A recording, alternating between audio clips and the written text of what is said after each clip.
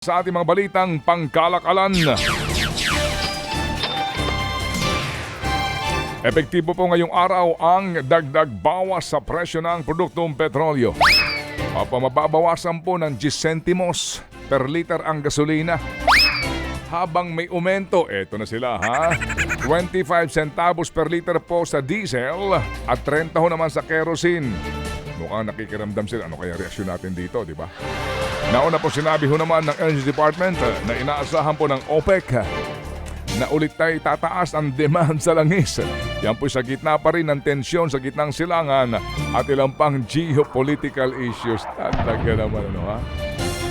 Samantala, pinalawig naman hanggang Hulyo ang import ban sa sibuyas. Ayon sa Agriculture Department, walang rason para mag-angkat pa ng sibuyas sa susunod na 2 buwan.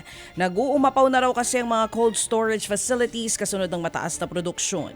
Kaya naman kailangan iwasan na makisabay sa bentahan sa merkado ang angkat na sibuyas para maubos ang lokal na supply. Ngayong taon, inaasahang mananatiling mababa, kung hindi bababa pa lalo ang presyo ng sibuyas.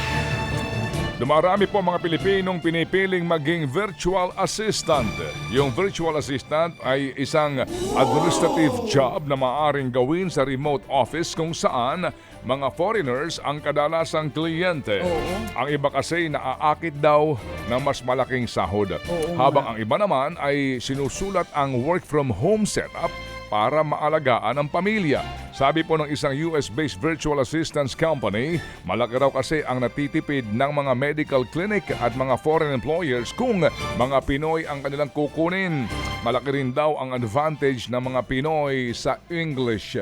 Your English is always good looking. Thank you so much, as well as yours, baby.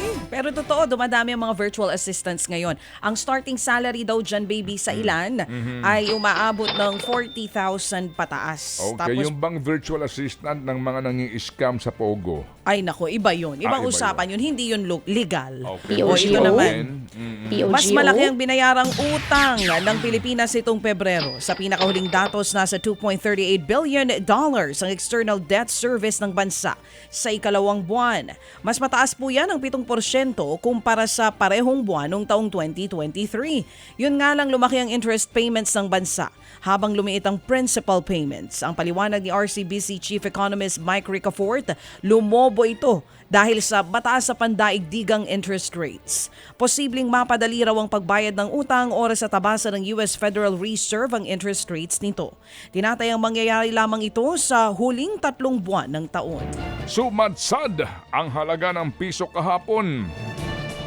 Ito po ay nagsirado sa 57.90 kontra US dollar. Ito ang pinakamahinang level ng piso mula noong pong November 10 ng 2022 nang ito'y magsarado sa 58 pesos and 19 centavos kada dolyar. Simula po ng taon, higit na pong 2 piso o 4% ang nataba sa halaga ng piso. Pero nauna pong sinasabi ng Bangko Sentral na hindi piso mismong humihina. Lumalakas lang daw o lumalaylay lang daw ang halaga nito dahil mas lumalakas ang dolyar kung ikukumpara.